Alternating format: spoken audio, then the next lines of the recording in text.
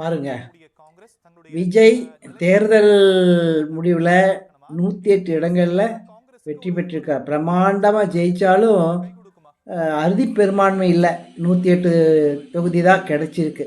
இந்த கோயிலில் 108 அர்ச்சனை, 108 காணிக்கை அப்படின்னு சொல்கிறோம்ல, அது மாதிரி மக்கள் 108 தொகுதி கொடுத்துருக்குறாங்க. என்னமோ பண்ணு அப்படிங்கிற மாதிரி. இப்போ அவர் என்ன பண்ணியிருக்கிறாரு, காங்கிரஸை கூட்டணிக்குள்ளே கொண்டு வந்திருக்காரு.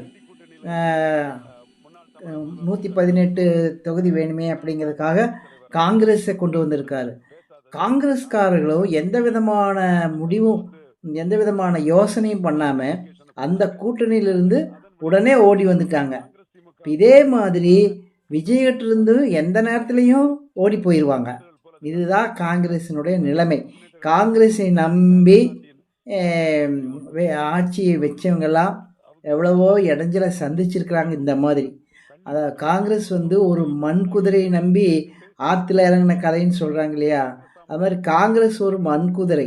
இந்த மண் குதிரையை நம்பி விஜய் அவசரப்பட்டுட்டார். இவங்களை நம்பி உள்ள கூட்டணிக்குள்ளே வச்சிருந்தாலே அது மிகப்பெரிய ஒரு என்ன சொல்லுவாங்க, வேலையில் போகிற வானானை பிடிச்சி வேட்டிக்குள்ளே விட்ட கதையா அப்படின்னு சொல்லுவாங்க. அந்த மாதிரி இந்த காங்கிரஸ்னால விஜய் சிக்கல்களை நிறைய சந்திக்க வேண்டியது இருக்கும் பின்னால். அது மாதிரி அந்த மாதிரி காங்கிரஸ் கூட்டணி வச்சுருந்தவங்கெல்லாம் நிறையா இடைஞ்சல்களை சந்திச்சிருக்கிறாங்க.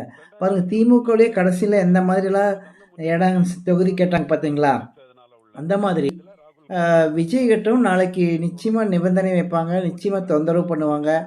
அங்கே எப்படி திமுகவிலிருந்து எவ்வளோ சீக்கிரமாக எந்த விதமான முடிவோ யோசனையோ பண்ணாமல் தாவேக்கா கூப்பிட்டுடனே ஓடி வந்துட்டாங்க இல்லையா, அதே மாதிரி தான் இங்கிருந்தும் தாவேக்காகிட்ட இருந்தும் விஜய்கிட்ட இருந்தும் இதே மாதிரி போக மாட்டாங்கன்னு என்ன நிச்சயமாக பண்ணுவாங்க.